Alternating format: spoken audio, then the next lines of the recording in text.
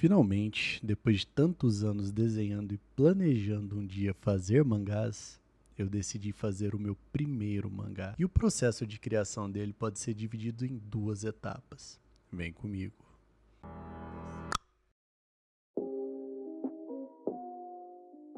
Durante o planejamento, eu cheguei à conclusão de que eu queria escrever algo curto, mas que tivesse impacto e que fosse algo com significado diferente para cada pessoa que lesse. Sendo assim, eu decidi que o personagem principal seria o leitor e que cada um ia poder entender de uma maneira diferente aquilo que era apresentado na obra.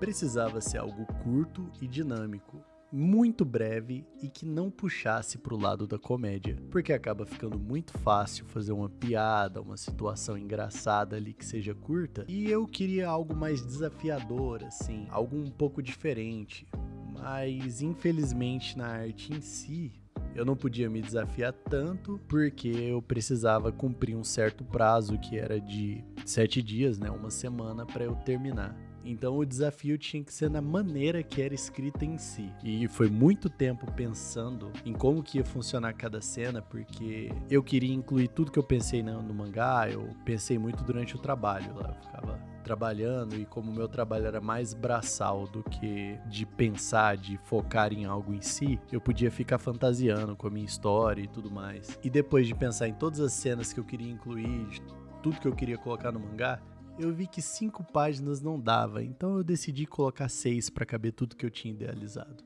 E é uma história bem intimista, batia muito com o momento que eu estava vivendo quando ela foi criada, tanto que quando eu saí do trabalho, eu fiz o primeiro vídeo do canal, explicando o que estava acontecendo, como eu fiz para contornar essa situação, mesmo que um pouquinho. Então mesmo lá naquele trabalho, escrever uma página para mim foi motivo de muito orgulho e eu não gostei muito do resultado dessa página específica.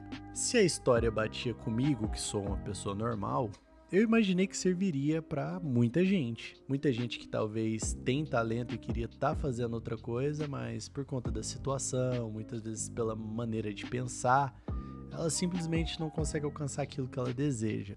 Claro que eu não vou explicar meu mangá, né? O meu objetivo nunca foi explicar ele. Pra mim, o que você entender tá ótimo. Mas é claro que eu também tenho uma visão de tudo que ele significa pra mim, tudo que aquela história quer dizer pra mim. Além de tudo, o one shot tendo só 5 páginas deveria ser mais fácil de fazer. Afinal, né? Só 5 páginas.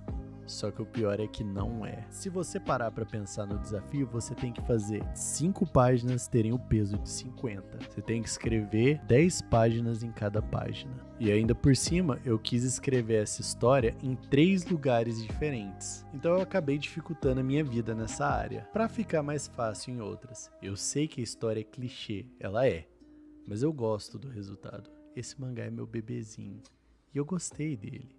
Eu paro para reler ele umas 3 vezes por dia.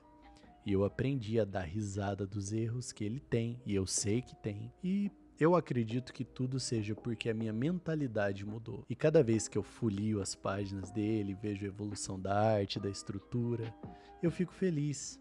E quando eu termino de ler, eu fico orgulhoso.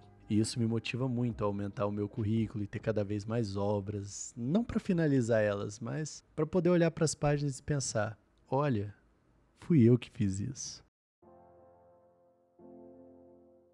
Já a execução foi meio caótica, porque eu não sabia exatamente como fazer um mangá de maneira prática. Apesar de ser um sonho que eu sempre tive, sempre ter me imaginado fazendo isso, eu pensava que era só desenhar e pronto. Meu primeiro erro de cara já foi não saber a diferença de grayscale para monocromático. Eu sempre li mangás e sempre soube que eles eram em preto e branco, mas eu pensava que cinza fazia parte de preto e branco. Se você olhar os mangás, você vai ver que eles têm tons de cinza. E eu sempre soube da existência das retículas, só que eu não sabia como funcionava. Se você olhar bem, elas são só um monte de pontinhos. E eu pensava que eram usados por tradição, para deixar o estilo.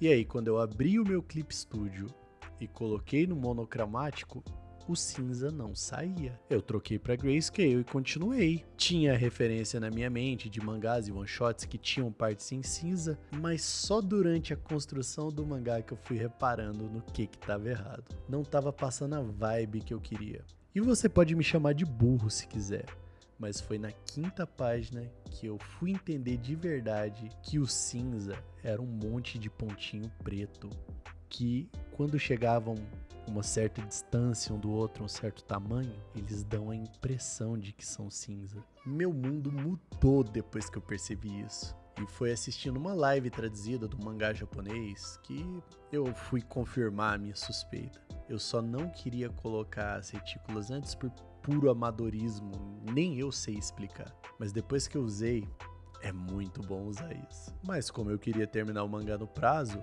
eu deixei o meu perfeccionismo de lado e fui completar o mangá. Por puro perfeccionismo, muitas vezes na minha vida, muitas coisas que eu queria não foram pra frente. Eu não fazia as coisas porque eu achava que a situação não era ideal, mas era tudo bobagem. Mas nessa de terminar uma página por dia, eu fui deixando de lado a ideia de que cada detalhe tinha que ser perfeito e continuei, sem nunca voltar atrás para corrigir alguma imperfeição boba. E é claro que se eu tivesse esquecido algum detalhe importante, ou tivesse errado alguma coisa de escrita, que eu tivesse que voltar atrás, nesses casos sim, mas só assim. E mesmo esses erros de escrita ou de detalhes que eu posso ter esquecido, eu só ia ver durante a revisão final, depois que o mangá inteiro já estivesse pronto. Por fim, depois que eu terminei todas as páginas, eu fiz a capa seguiu a mesma regra, tinha que ser feita em um só dia, só que a capa foi bem mais rápido para fazer, por ser só uma imagem mais simples, com cores, coisa que eu já estava acostumado. Eu fui fazendo essa pose só pensando que ela me lembrava de algo, só depois eu fui entender o que era. Eu não queria passar nenhuma vibe do personagem na capa e foi mais ou menos o que saiu. Daí, para não ficar tão vazio, eu coloquei essas linhas vermelhas. Não faz sentido nenhum, é só para ilustrar. Mas um detalhe que eu coloquei nessa capa foram as cores em